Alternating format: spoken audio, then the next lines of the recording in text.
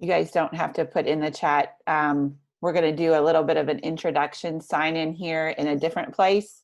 And I'm recording this session, so I'll have all your names and the participants. You're going to have an evaluation form to fill out too at the end of the day. So Ms. Deese will discuss that in our last kind of wrap-up session at 3 o'clock.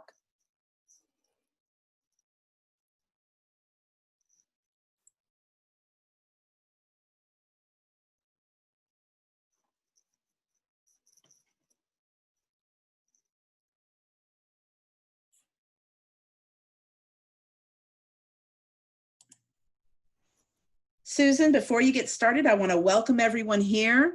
I want to ask that you don't use video and that you mute your sound, please, so we can save as much bandwidth as we can. I would also ask that you are logged in as a participant and you're showing only one name. Would you make sure that you have your first name and last name so we can get the proper attendance recorded where it needs to be? So with that said, and since it is 2 o'clock, Susan, it's all yours. Yes, thank you, Ronnie. I'm so excited. Thank you guys all for coming. This is just the beginning of the support that we offer as Lighthouse teachers. So we're just going to do kind of an overview, and I have videos for the specifics that we're going to look at today, but then we'll support you in any way we can coming up. So feel free to email me if there's something that you really need right away that we're not covering today. But today we're going to talk about MathXL. And so I'm going to show, hopefully you see my website here, and I've put the bit.ly. Maybe I can get Ronnie to put that in as people are coming in for the website that I created. Really quick, I have 24 years experience in secondary math education. I've worked in public-private schools, and I worked most recently at Dunbar for 7 years. So I see some of my Dunbar peeps in here. And then at Frederick Douglass High School when we opened up. And then I have been a digital learning coach, which has been an exciting transition. And with what we've been doing, it's actually, I've seen some great takeaways these past few months in terms of sharing technology and using engaging tools.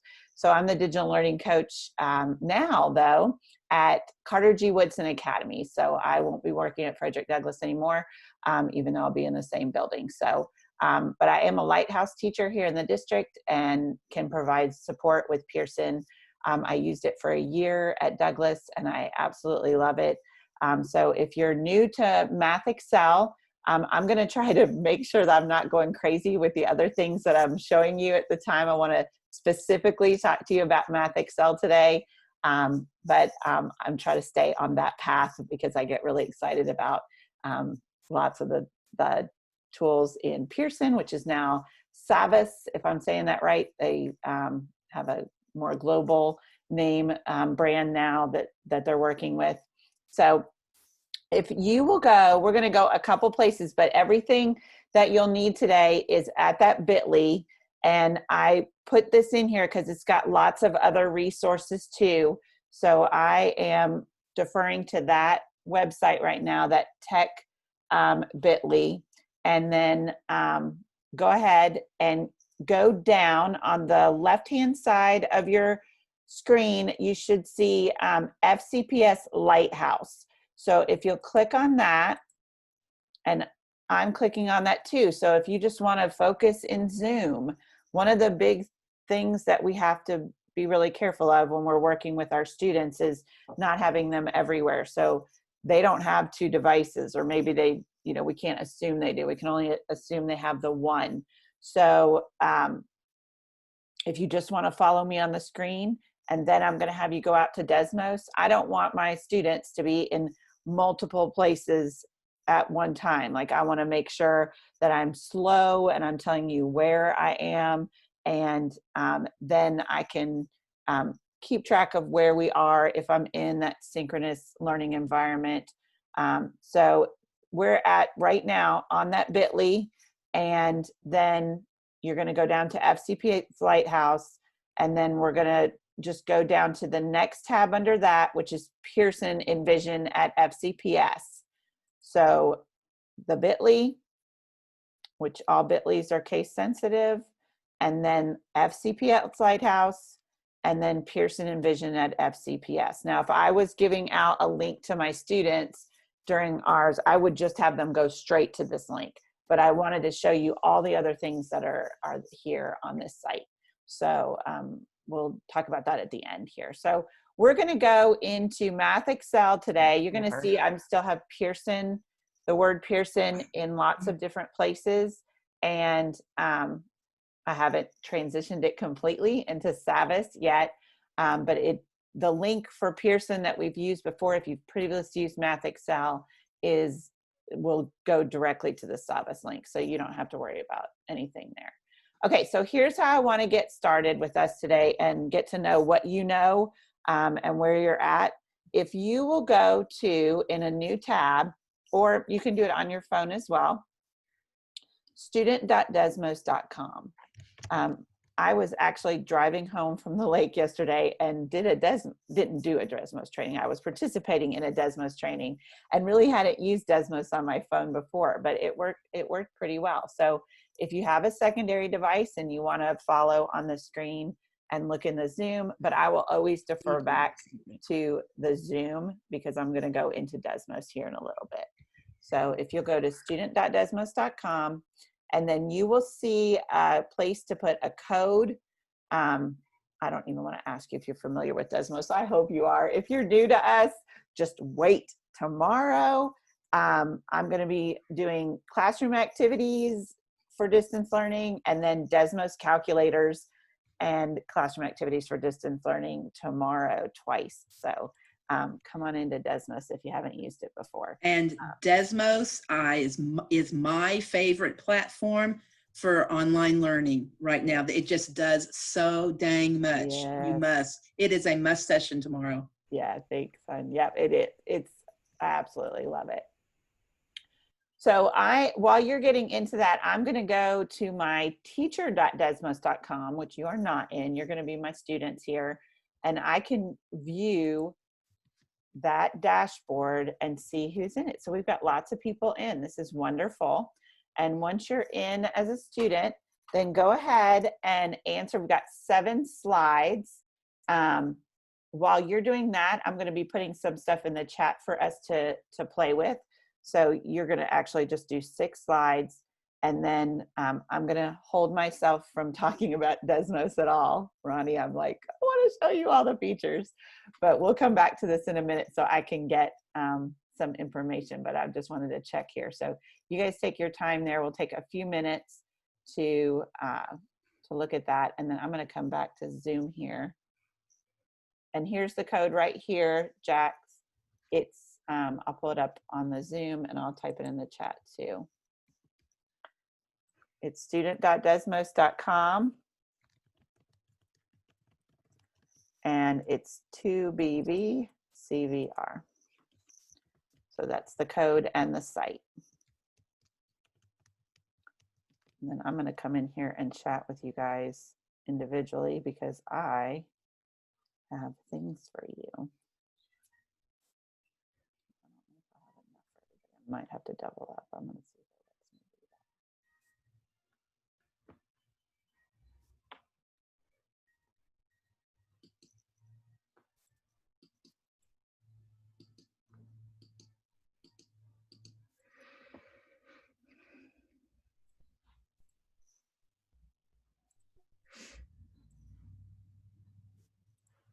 I am sending you all an individual chat right now that we're going to use in a little while. You guys just keep working, but you are going to have something in your private chat feature here.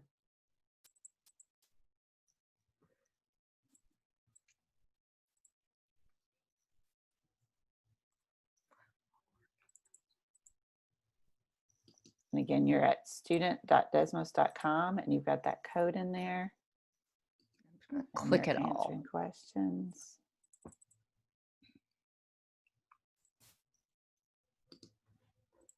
Oops. Sean, I sent you two. Sorry about that. You used the first one. I'll let Seth use that.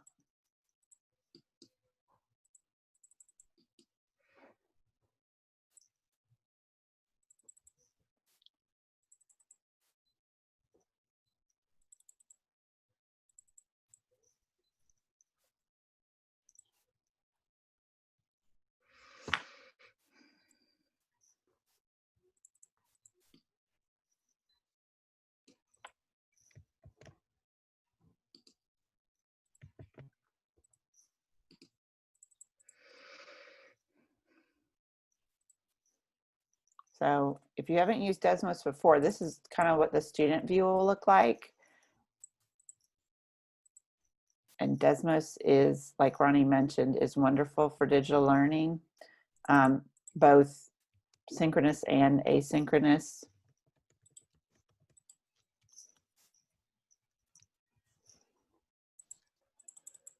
SAVVAS.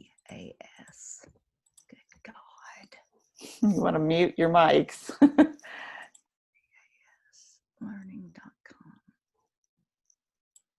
Is my mic not muted? Miss Talent, do you want to mute your mic? Mute some mics for me.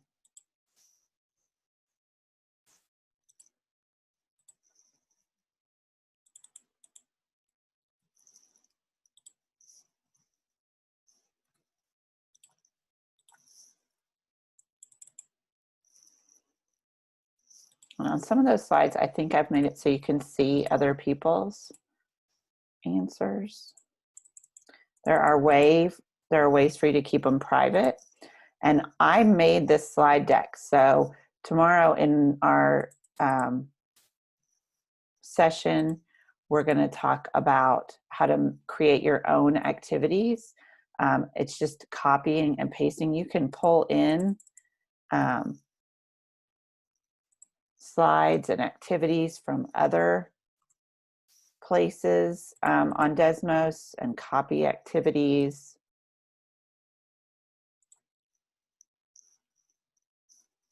It's amazing. They've been tweaking Desmos for a while now, most of the summer, and have some great new features.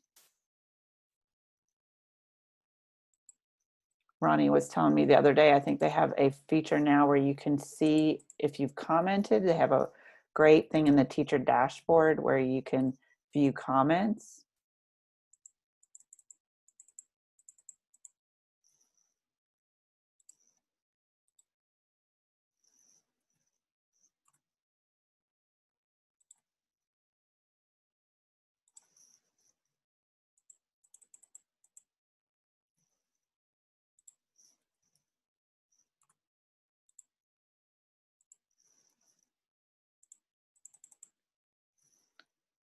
I'm almost done copying and pasting these.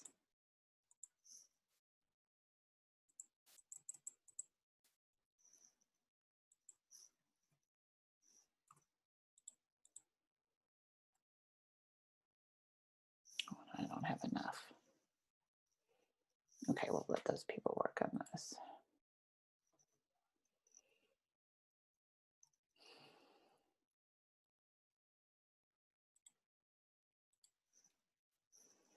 I'm going to see how this works.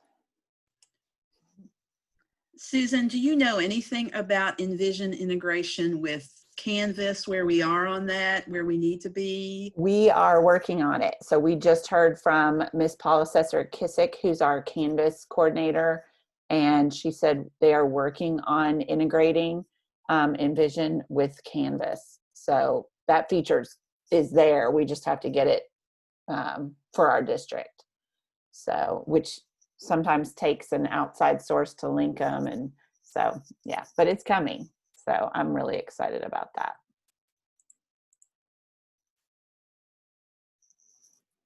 Oh, thanks. I'm short like 25, but thank you. We'll see what we can do. And then I'll see if I can double up. I want to see if it lets, it probably won't, but we'll just play with them and I'll let people use them later to practice, but thank you. Okay, so we have everybody, we've got 33 people on that last slide. I want to kind of show you real quick. These are great. Desmos is great for social emotional learning. So I can go in here and show like my teacher, this is just my dashboard in general.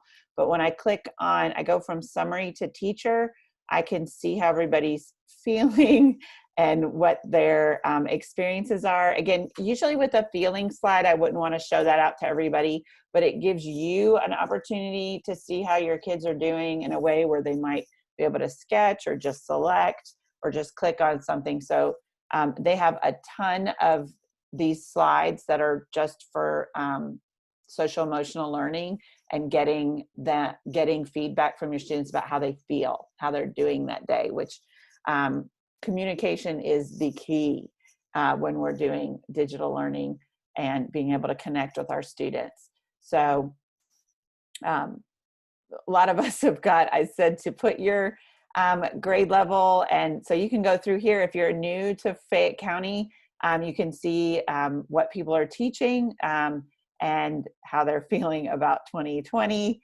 if they wanted to draw something. But I wanted to give you a feel for just the capabilities in Desmos too. So we've got lots of different things on the slide. They have a great overlay for responses, which for this is going to be a mess, but it's great for graphing, and you can see the dynamics of answers that might be wrong opposed to right answers, or what the consensus answers are. So thank you guys for sharing. Tony, this is like the best picture I've ever seen. I can take a snapshot of Tony's and then keep that for later if I want to talk about it. And Frank did a great, it looks like probably the poop emoji. And I like Clay just was like canceling it out. He's like done. So just remember that, yeah, I do. I sometimes feel like Tony there too. This is not how it's always going to be. I am reading a great book right now by Joe Bowler, which is Limitless Mind, and it has kept me kind of in tune with what the point is of what we're doing. Like ultimately, this is for our students, and the rest of this, we're just going to go with it. And so I don't want you to feel overwhelmed today. I want you to feel like this is opportunity. And I'm just trying to have a good growth mindset through all of it, that there are some great takeaways, because you know, you could lose your mind right now and be like Tony, like you're caught in the computer there. But we definitely want to remember that this isn't going to be always how it is. It's going to be like this for a while, but we'll get through this together. My favorite quote. So I can go through here and see how you guys are doing and who picked what. This is what I would see on the teacher end of things. What I want to do is see how much experience we have here, and I want to pull out my responses. It looks like we've got some people that have some really great experience with MathXL, and a few that don't. So yeah, Crystal, great. You look like you've had, and Clay, TK has. Yeah, trying to get them to participate daily. This is once a week. Great. So most of you have some great experience with it. So this might just be a refresher for you. If you have some input that I'm missing, oh, thanks, Ronnie. Yeah, that's a great link in the chat for UCubed, which is their website. Thank you. Yeah, so put in, if you have any expertise that you want to add to what we're talking about today. Let's see how we did on the quizzes. Most of you had some, oh, look at that. So in our quiz, for the best of your knowledge for MathXL, and for if you've never seen it before, this was a guess, but it was all of them. So all of those resources are available when a student is in MathXL. And that's one big thing I want to hit home with you today, is the options that students have to get help. And once you've assigned it, but we'll talk about those today too. Should you bundle your content assignments with your MathXL assignments? We have a lot of people that don't know what that means. You can make a playlist of content as well as doing those assessments, like in MathXL or with quizzes? And the answer to that is you should not bundle your content. So we had 3 students that got that right. You should keep your MathXLs separate from your playlists, from your content. Because what Pearson does is when you put together a bundle or in a playlist, it's not going to allow you a capability that's efficient to look and see how your students did on their MathXL so that you can get really good, immediate, and easy feedback. So we'll talk about that today. And then also it averages everything they did in that playlist bundle into one grade. So that's where the efficiency problem is you can't just go in and see the assessment data. You just see the bundled data in the playlist. So yeah, so Erica, I think hopefully I'm saying your name right. That I learned that too, the hard way. So, and when I started, we didn't have the capability to bundle. So we had to go in individually and assign each piece of the content separately. So the bundle's terrific, but we don't want to bundle in and select all. We want to select all for content, but not the playlist. And then this one is, I have to assign all the MathXL questions and can't customize it to the needs of my students in question 6. Good job, the 46 of you. You are absolutely right. You can customize your heart away, and you should, because they will give you a lot of questions in there. And if we have some of you that think that practicing 50 problems is the way to learn, I'm going to try to change your mind today. So let's go. So on question 7 here, we're going to get in. Now, not everybody I didn't have enough. I didn't have like a classroom of 50. So some of you were sent links and some of you weren't. So I want you to know that everybody at some point could get into it. The link looks like this. So it'll say student1.teach7.pilot45c. So that's the username. And then everybody's password is learn123. All of this is in lowercase. Okay. So at some point, everyone will get one of those, but I didn't have enough. Miss Melba, I didn't have enough for everyone. So if you don't have one, you're just going to follow along with me. If you have one, then you could practice on your own and go in. But eventually you'll have access. I can give you access to one, but I'm sorry about that today. This was a late ad. One of our presenters couldn't come in, and so I was doing this last night. So you can go ahead and go into Savas Learning. I'm going to put all this in the chat here for you to copy and paste. .com, and I'm going to do it in Zoom. So you have many options here, my wonderful people. You can just follow me on Zoom and watch what I'm doing, or you can get on if you have a link for the student. You can do that as well. In fact, I might have to double up here. So go ahead and log in. And I'm going to show you guys what they're seeing as a student on Zoom. So I'm going to go in here. Hopefully I can double up. We're going to see if this works, if it doubles up. And I'm going to go into Savas Learning. And while they're getting in there, you guys are going in with student accounts.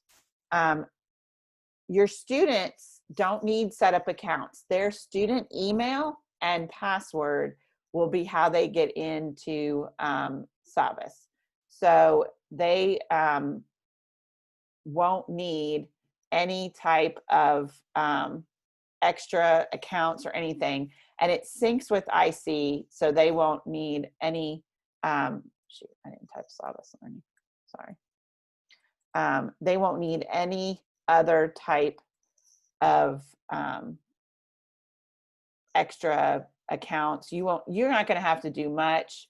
I'm going to go in here as a teacher, but then I'll show you the student view. And this is just the teacher for that class. So you're going to log in eventually into this link with your teacher email and password, just like you sign in to get into your computer, just like the students sign in to get into theirs.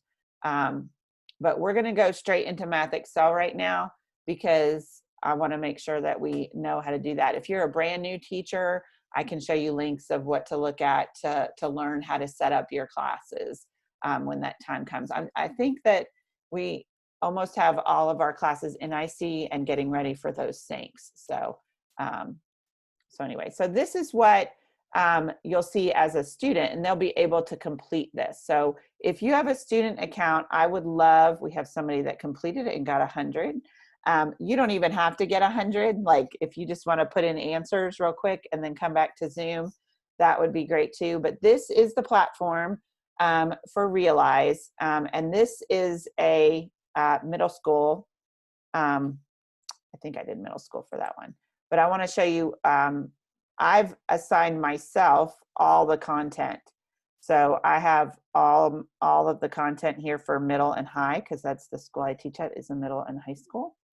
And then I have a tab for classes, and I have videos for all of this stuff. You don't even have to remember it. You're going to have videos for all of this on that website that we started with today. So don't you worry about taking notes or anything. I've got videos. You're not going to remember it anyway. So this is just to give you kind of an overview, and then you can go back and watch the videos later. And so now I'm in a class. I have a pilot class, and you'll have all your classes. Like if you are a high school geometry teacher, you'll have your period 1 and your period 3 of geometry. You will have your algebra 2. You'll have your middle school 6th grade class will be listed here. And then you don't have to create classes. They're already set up for you when you sign in. So the classes will be there. We will have to assign the content, but we'll get into that later. So I'm going to click on my pilot class here. And then I want to show you what the MathXL looks like. And I can see here now, I want to show you this if you're new to it. As a teacher in Zoom, those of you that are completing your assignment, you just keep going. You can listen to me. I can see status. So I know one person's completed the assignment, 8 are working on it, but 16 of you have not started. So if you did get a link, a private link for me, go ahead in there. I need a little bit more data, if you don't mind, to complete those assignments for me. And I'll give you a little time to do that here. But I get some good information just in my teacher tab about where my students are. So the big thing is that when you get to that last slide as a student, make sure you tell them to submit their work. And so we will create, I can make a student video for you. You could use some of the videos that I have already that you can share out to your families of how to use MathXL if they've never used it before. We are a few years into having the K through 12 Pearson products, which now are called Savas, but so students are more easily working with those products and will know how to use a MathXL. But you know, maybe middle to high, your 10th graders, they took Algebra 1 as 9th graders. So you'll see that you'll have less and less where you really have to focus on how to do things, but you got to remind them because they forget. So there's some really great things in here. So for those of you that are working on that, if you could just put some quick answers, I'm going to refresh this so maybe I can get some better feedback. I don't think it's going to do it in real time. Oh, I got 2. Yay. So I can check in here and see the progress of my students. I can view student status to actually see my participants. So I can come in here and look at student status and see who hasn't started and who has completed it. Oh, I got 3 now. This is awesome. And then I can use this back button here. I can see the average score. Again, you don't see any content here. I've assigned my MathXL, which I'll show you in a bit how to do that. but I kind of wanted you to see the student end of it. So if I click on this, I wanted you to see what the preview looks like. So for those of you without student accounts right now that aren't in it and are just on Zoom, you can go in and look at what it looks like on the student end of things. And so on the Zoom right now, if you don't have a student account, you can see this assignment that I created for us. And the big thing, one of the things I want to hit home here, there's different types of problems. So this is an enter box. So they're going to write an integer. When I click on the box, they get a fraction, the square root. They get a little, basically like a little equation editor at the bottom, and they can click more and look at more of those symbols. So there's multiple choice, select all. That was kind of in here. I'll go through those in a minute. But the big thing I've got to show you, because it's wonderful, is the question help. And this is something you want to hit home with your students. It has a helps me solve this, a view example, the video, the animation, and then some extra things here that they give you in every problem usually. But help me solve this is amazing. And the view example, some questions don't give you all of all the options. Sometimes they'll just have a view example. Sometimes they'll only have a help me solve this. The difference between the two is that when you hit help me solve this, it actually does this problem with the student. So it guides them through it in a new window. And then when they're finished, they don't get credit for that problem. They actually get a new problem, okay? So help me solve this in the question help is where they will actually go through the problem that this is on the screen that you assigned with the student, but for them to get credit on the assignment, they have to answer a new question and it automatically generates it. View an example is similar, except it gives them a different example and it leads them through it without as much input from the student. And then they do the same problem that you assigned. So that is the big difference between those two. And I have a video that shows me working through those problems so that you can see that difference. A video will guide them through basically content video that goes with that problem, and then animation as well.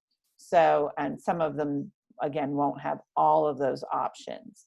But definitely spend some time the first week of school before you sign a MathXL, going through one with your students and showing them those options because they're wonderful options for the students. They can then input, I'll show you this if you haven't played with it.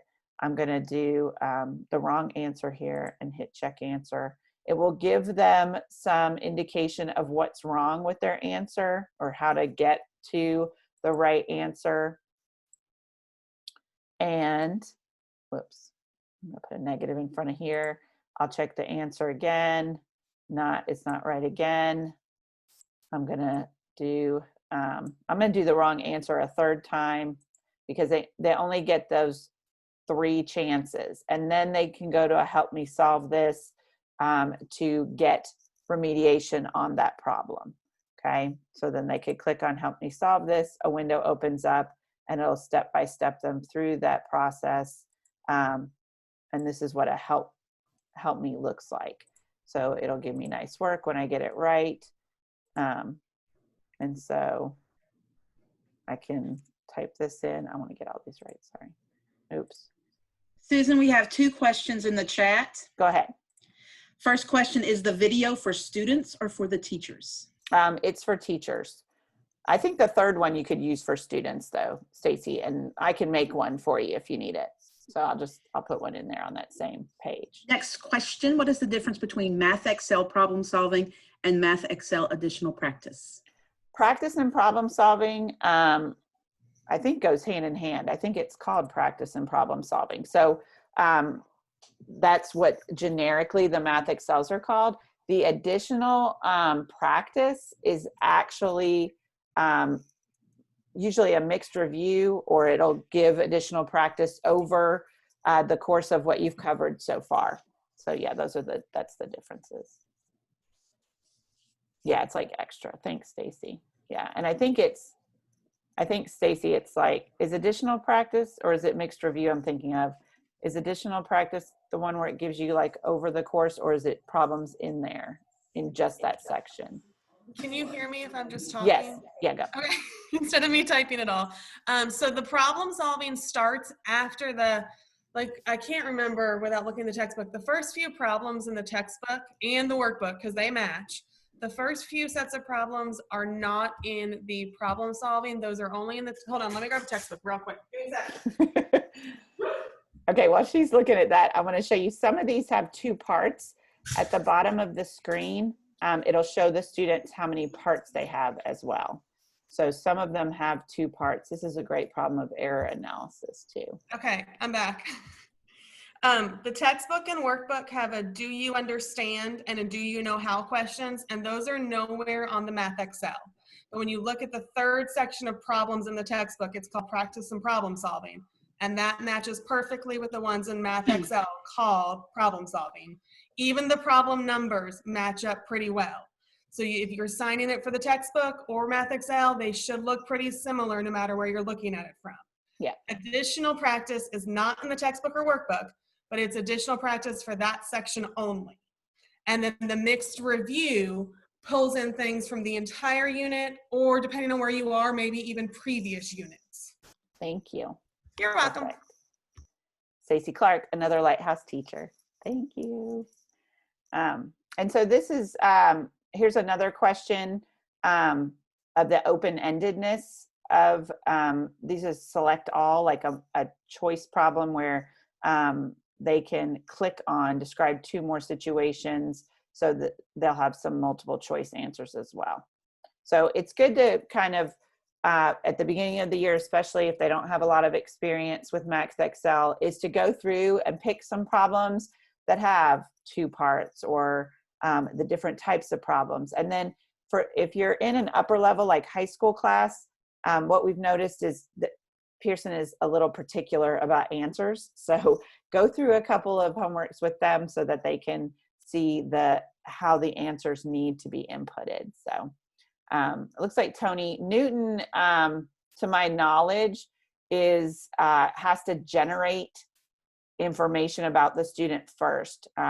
And we can do a separate session, or you can talk to your Lighthouse teacher about Newton. But to my knowledge, it has to have some data first so that it can generate. When we first started with Pearson, Newton wasn't working so well for us. So I'm not as up to it as I should be probably. So this is the part I was mentioning before, is the submit my work. And you can go through and as a teacher, when you assign a MathXL, and you can practice it. So I can act like I'm submitting my work. You can view a question. It tells them if they've answered it, but they have to submit my work for it to be completed. And so I'm going to show you here in a minute what that looks like in terms of a student side of things. But I want to make sure I submit my work. And then it'll give us some indication of practice. If we assign it with mastery, it'll actually give the students some remediation work. So that's really exciting too. Okay, so you guys got to practice on the student end of things, and I appreciate that so much. What I want to talk to you now is about how to assign MathXL. So how do I make an assignment? So you don't start in classes, you're going to start in your programs. So I, again, assign myself all of the content programs. I'm going to go here to Algebra 2. And if you're brand new to Fayette County and haven't used Pearson Savvis before, this is what the platform looks like if you're in Zoom now with me. We'll have a card view, a thumbnail view, and then a list view. So yours will look maybe a different to start. But then it's got so much stuff. So I'm just going to go to topic 1 here. And then I'm going to go to the lessons. So the topics are like chapters, and our lessons here like sections. And you have a curriculum map that has all of this laid out for you. Some of the map might even have which examples to use, which content to assign. And what we've done at Frederick Douglass is we actually have documents where we've typed in, and you could talk to your department heads or your team about this, where we've listed on a document which problems we've assigned, because you don't want to assign all of them. There's way too many.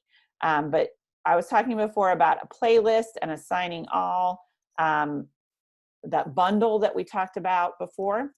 And this is where you could create a bundle for content. So you could have where students follow along with you in a synchronous environment, or you have them go through it asynchronously, and then you kind of flip it where you're going to kind of just highlight it, but their homework is to look through the content, and then you're going to do a flipped classroom. We have some great teachers, math teachers in Fayette County who have worked with flipped classrooms before, and it can provide a great environment in this NTI 2DL that we're going into here. So if I want to assign content, I'll just go to one of these examples. I'll look through them. I'll assign them to my students. But again, separately, we want to assign the practice and problem solving. So because again, it's going to bundle the grade, and you won't be able to see just that information, that meaty stuff you need for feedback really quickly. So here's a MathXL. This is the mixed review that I mentioned before, and this is Newton that I think Tony mentioned, the adaptive practice for students, which is amazing, but I'm not sure where we are with that yet. So I'm going to follow up with you guys on that. But when I want to do anything with these assessments, I can customize them. So you'll again, I have this all in a video. You can just watch here. And I'm going to customize. This is going to look a little different than what we saw when we looked at the MathXL as a student in the preview. You can look at the MathXL, the whole thing first, and write down the numbers. They have two different numbers going on here. I want to show you. This is 1.1.12. So this is a number that they've assigned from 1.1, and it's the 12th problem. So they've got 11 problems somewhere else that they've numbered here. But this number, the green number 1, that is the first number of your problem set. So I love this feature because it shows me how many problems I've assigned without having to go back and count them. The only drawback is it only shows me one question at a time. Susan, And so, yes. where it says like the 1.1.12, so 1.1 is telling you you're in chapter 1, section 1. Right. And the 12, that number corresponds with the problem 12 of the practice and problem solving in the textbook. Oh, great, too. So that 12 should be the exact same or very similar with maybe a different numbers than the number 12 in the textbook. So you can even, sometimes it's easier, honestly, to look at the questions in the textbook and not open them all here at the same time here in Excel, and then figure out which ones you want to use. Yeah, thanks, Stacy. I'm glad Stacy's given us that feedback about the book, because I didn't use books at all. So when I started with this, it was all online. So I really appreciate that, where a lot of us have started with the book. So thank you so much for staying on. So here's the problem that I saw in the book. It actually will show you what question help is available for this one. And it looks like they're not showing us a whole lot here, except for the video. And there's a textbook link as well. If I don't like this problem, I can trash it. I can practice with it. I can go through and trash, but you'll see now that changed to a 1. And you can always undo that so that you can look at it. So, so that's the cool part about it. And it also links to the standard, which is nice too. So once I'm done, I'm just going to delete a few more of these because for time's sake. I'm going to hit done here. And then when I go back to my program in my Algebra 2 1-1, when I go down here, I have to scroll back down, and here's my customize. So it'll tell me what date I customized it, and then I can assign it. Again, I don't want you to add it to a playlist. You can also edit this name if you want to up top where we just were, and I can also edit it when I assign it. So I'm going to hit assign. Here I can change it. Maybe I want to make a day 1. I want to put the date in it. I want to, you know, put something in there that makes it more personal. Then I can put a start date. I can put an end date. And then I can even do start times if there's a quiz that I want to give them at a certain time. And then I can give instructions. Over here, though, I have to pick who I want to assign it to. So I can differentiate assignments and assign them to different students, which I love that. Or I can just assign it to the whole class. And then that will show up in my classes. It tells me I created the assignment. And when I go to my class, I'll see that assignment. If I don't like that assignment, I can hide it by clicking on it and hiding it. So when I hide it, no students can see it. And then I can unhide it. I can also see up here in my class dashboard, my current and hidden assignments. Okay. I think, Maria, if you can hit the big rocks and hit a smaller number of problems, I wouldn't give you a number, but I think you should keep what the number of problems you think you can get the feedback for what you're doing in that lesson. I think smaller is better, but definitely I wouldn't assign a lot of problems, but I wouldn't give you a number depending on your class. You know, it could be you assign 5, it could be, you know, I would say no more than 10. But we don't have like a set, you know, schedule of what's going on yet. So unfortunately, they're working on that this week. So we'll see what that looks like when we get to it. I can also see assignments by student. I can give comments in here to my student. I can say, you know, you haven't, if it's in progress, I can type in here a comment like, make sure you submit your assignments. But you could also do that in Google Classroom or Canvas as well. So that's in assignment by student, and then I click on the student again, and then I can click on that assignment.